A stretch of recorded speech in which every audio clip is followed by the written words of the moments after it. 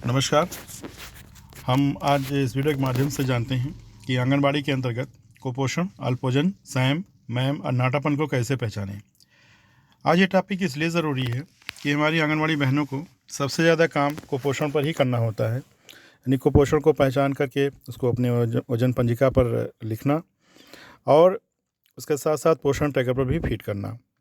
लेकिन काफ़ी लोग गलती कर जाते हैं चिन्हित करने में और उसको पोषण ट्रैकर पर फीड कर देते हैं, तो पता ये चलता है कि उनकी जो लाभार्थी संख्या के अनुपात में जो कुपोषण की श्रेणियां हैं उस अनुपात में बहुत ज़्यादा हो जाती हैं। तो हमें यह सबसे पहले जानना ज़रूरी है कुपोषण क्या है, उसके प्रकार कितने हैं और कैसे हम उसको पहचानें। तो शुरू करते हैं, लेकिन उसके पहले ये जानना ज़रूरी है कि हमारे जो संतुलित आहार या पोषक तत्व की सही मात्रा क्या है। तो देखिए, पोषक तत्वों की सही मात्रा या संतुलित आहार उस स्थिति को कहते हैं जब आहार में सभी पोषक तत्व अर्थात प्रोटीन, कार्बोहाइड्रेट, वसा, विटामिन, खनिज लवण और जल शारीरिक आवश्यकता के अनुसार उचित मात्रा में उपलब्ध हों। यानी ये 6 तत्व प्रोटीन, कार्बोहाइड्रेट, वसा, विटामिन, खनिज लवण और जल। किंतु जब यही पोषक तत्व सही मात्रा या संतुलित रूप से व्यक्ति के आहार में लंबे समय तक नहीं मिल पाते हैं तो ऐसी गंभीर स्थिति को ही कुपोषण कहते हैं। यानी हमारे आंगनबाड़ी कार्यकर्ता को यह जानना ज़रूरी पहले कि कुपोषण है क्या, यानी उसकी परिभाषा क्या है। इस कॉन्सेप्ट को अगर क्लियर हो गया तो आगे का काम आसान हो जाता है।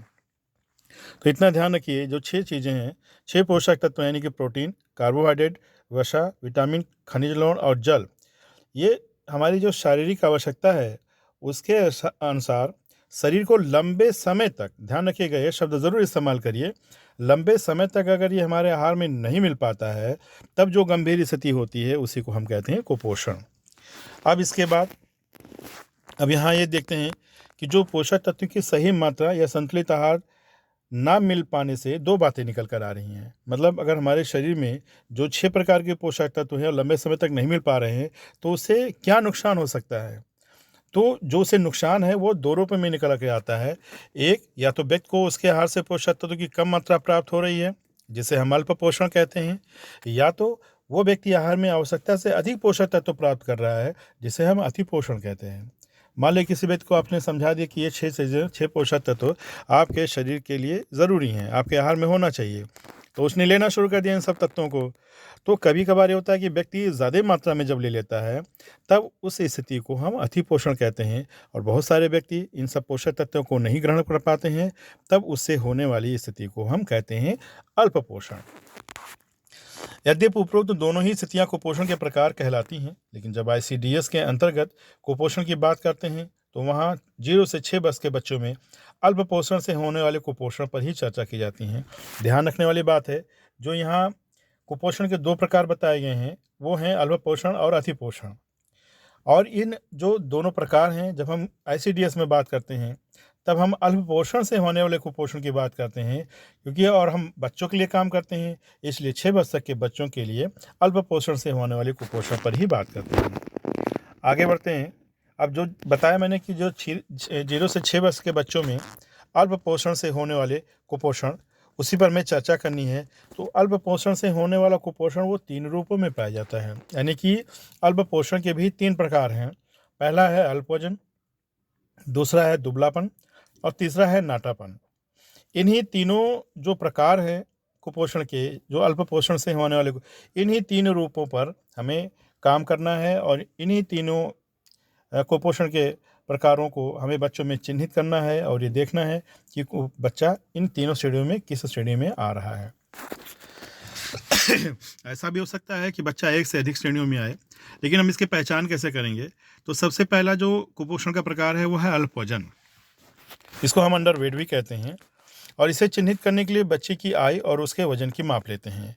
जैसा कि ICDS में पहले से ही होता आ रहा है, एक ग्राफ के माध्यम से हम बच्चे की आयु और वजन जो उसके पहले माप लेते थे, तो वही ग्राफ के माध्यम से हम इसे चिन्हित करते थे कि बच्चा सामान्य में है कि हरे में है कि पीले में है, सामान्य में है कि बच्चा पीले में है कि लाल में है। आज उसी को हम कहते हैं सामान्य अल्पोजन, सामान्य वजन का, और एक मध्यम अल्पोजन और गंभीर अल्पोजन। जो सामान्य वजन कब होगा? जब बच्चे का वजन उसकी आयु के अनुसार सही हो। अब ये कैसे निकालेंगे कि हाँ वो सही है, तो आप लोगों को एक चार्ट दिया गया होगा इस तरह का चार्ट दिया जाता है, और इस चार्ट में ये दिखाया जाता है कि इसमें बच्चे का जो बीच में जो सफ़ेद भाग में है ये बच्चे की आयु है, और इधर उधर बच्चे का वजन लिखा हुआ है, इधर लड़कियों के लिए बाएं साइड में और दाहिने साइड में लड़कों के लिए। इसी के अनुसार हम निकालते हैं कि बच्चे का वजन उसके आयु के अनुसार सही है या नहीं सही है। जब बच्चे का वजन आयु के अनुसार सही हो तो वो बच्चा सामान्य श्रेणी में रहेगा, और जब बच्चे का वजन उसकी आयु के अनुसार कम यानी सामान्य से कम हो तो बच्चा मध्यम अल्प वजन का कहलाएगा। और जब बच्चे का वजन उसकी आयु के अनुसार अधिक कम हो यानी कि मध्यम अल्प वजन से भी कम हो तो बच्चा गंभीर अल्प वजन की श्रेणी में आएगा। ये चीज़ें हो गई अल्प वजन के बारे में। अब जो अल्प पोषण से होने वाला कुपोषण का दूसरा प्रकार है उसको कहते हैं दुबलापन। दुबलापन यानी कि वेस्टिंग, यहाँ स्पेलिंग में थोड़ी मिस्टेक हो गई है, यानी कि इसको WASTING होना चाहिए। चलिए खैर, इसको कहते हैं दुबलापन या वेस्टिंग। इसे चिन्हित करने के लिए बच्चे की लंबाई या ऊंचाई और उसके वजन की माप लेते हैं। मतलब यह है कि अगर कुपोषण की पहचान तीनों रूपों में किसी को करनी है तो हमें बच्चे की 3 चीज़ें जानना जरूरी है: बच्चे की आयु, उसका वजन और बच्चे की लंबाई या ऊंचाई। यहाँ 2 शब्दों का इस्तेमाल किया गया है, लंबाई या ऊंचाई। ध्यान रखिएगा, लंबाई जो 10 वर्ष के नीचे के बच्चे हैं जो खड़े नहीं हो सकते हैं उनकी ली जाती है, और जो 2 वर्ष के ऊपर के बच्चे हैं जो खड़े हो सकते हैं उनकी ऊंचाई ली जाती है। ऊंचाई नापने के लिए स्टेडियोमीटर का इस्तेमाल किया जाता है और लंबाई नापने के लिए इन्फेंटोमीटर का इस्तेमाल किया जाता है। जब बच्चे का लंबाई, ऊंचाई और उसके वजन की माप कर लेते हैं तब माप लेने के बाद उसकी 3 श्रेणियां निकल कर आती हैं, जिसे हम पहला श्रेणी कहते हैं सामान्य। तो सामान्य दुबलापन जैसा हम लोग देखते होंगे वो सब ठीक ठाक रहते हैं कि मतलब उस बच्चे का वजन उसके लंबाई के ऊंचाई के अनुसार सही हो तब उसे हम कहते हैं सामान्य दुबलापन। लेकिन जब बच्चे का वजन उसकी लंबाई ऊंचाई के अनुसार कम यानी सामान्य से कम हो तब हम उसे कहते हैं मध्यम दुबलापन। और मध्यम दुबलापन को ही हमारी ICDS की भाषा में मैम कहते हैं, जिसका फुल फॉर्म होता है मॉडरेट एक्यूट मालन्यूट्रिशन। ध्यान रखिए, इस पर बहुत ज़्यादा चर्चा की जाती है। आप सभी से निवेदन है कि कृपया जो है इसको मैम को बहुत कंठस्थ कर ले कि मैम कहते किसे हैं। मैम को अगर ध्यान में आ गया मैम और सैम तो समझिए कि आधा कुपोषण आपको समझ में आ गया। तो मैम किसे कहते हैं? मॉडरेट एक्यूट मालन्यूट्रिशन, जब बच्चे का वजन उसकी लंबाई ऊंचाई के अनुसार कम यानी सामान्य से कम हो। अब ये कैसे देखेंगे वो सामान्य से कम है, तो उसके लिए भी एक चार्ट, इसको हम चार्ट को देखेंगे। इस चार्ट में दिखाया गया है कि बच्चे के बीच में जो सफ़ेद भाग में वो लंबाई दी गई है, और इधर बाएं साइड में लड़कियों का वजन है और दाहिने साइड में लड़कों का वजन है। जब हम लंबाई के अनुसार से बच्चे का वजन हमें मालूम होगा, इसके अंतर्गत हम देखेंगे कि इस श्रेणी में आता है, तब हमें पता चल जाएगा कि बच्चा वो सामान्य है, मैम है या सैम है।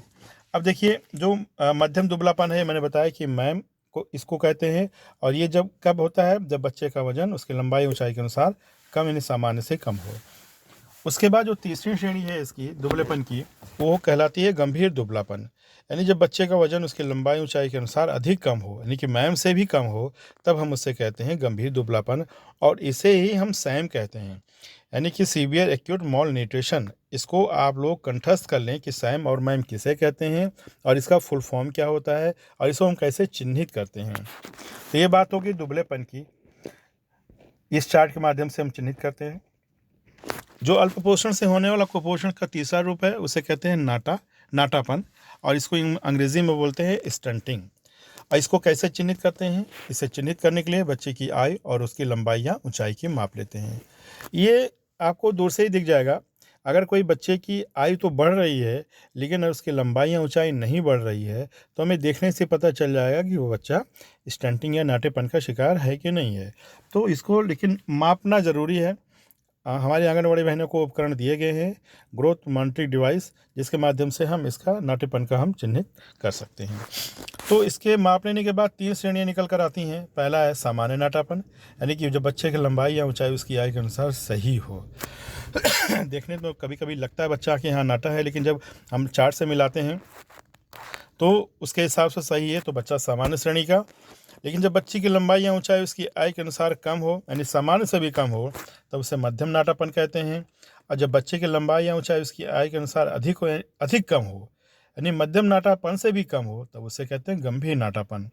तो ये श्रेणियां हैं अल्प पोषण से होने वाले जो कुपोषण के 3 प्रकार हैं, मध्यम अल्पोजन, दुबलापन और नाटापन।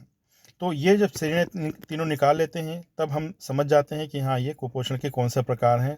और ध्यान रखिएगा आप लोग इन श्रेणियों को निकाल कर बच्चे को चिन्हित कर अपने रजिस्टर में पहले अंकित करें, उसके बाद ही पोषण ट्रैकर में उसे फीड करें। अगर आप सीधे बिना रजिस्टर में अंकित किए श्रेणियाँ निकालने से पहले ही अगर पोषण ट्रैकर में फीड करना शुरू कर देते हैं तो निश्चित मानिए कि उसमें गलतियां हो सकती हैं। बच्चे का वजन, ऊंचाई और लंबाई उसमें फीड कर दिया अगर बिना श्रेणी निकालने से पहले तो वो गलत हो सकता है और फिर वो डिलीट नहीं होगा। इसलिए हमारी ये सलाह है कि पहले अपने वजन पंजिका पर बच्चे की वजन और ऊंचाई, लंबाई सब सारी चीज़ें भर करके उससे श्रेणी निकाल लें और देख लें कि वो किस श्रेणी में है, तभी आप पोषण ट्रैकर में भरें। उम्मीद करता हूँ कि इस वीडियो के माध्यम से कुपोषण के बारे में एक छोटी सी जानकारी आपको हुई होगी। आगे आपकी जो अपेक्षाएं हैं आप बताएंगे तो हम उसको और एक अन्य वीडियो के माध्यम से हम कोशिश करेंगे कि और अच्छे समझ में आवे। धन्यवाद।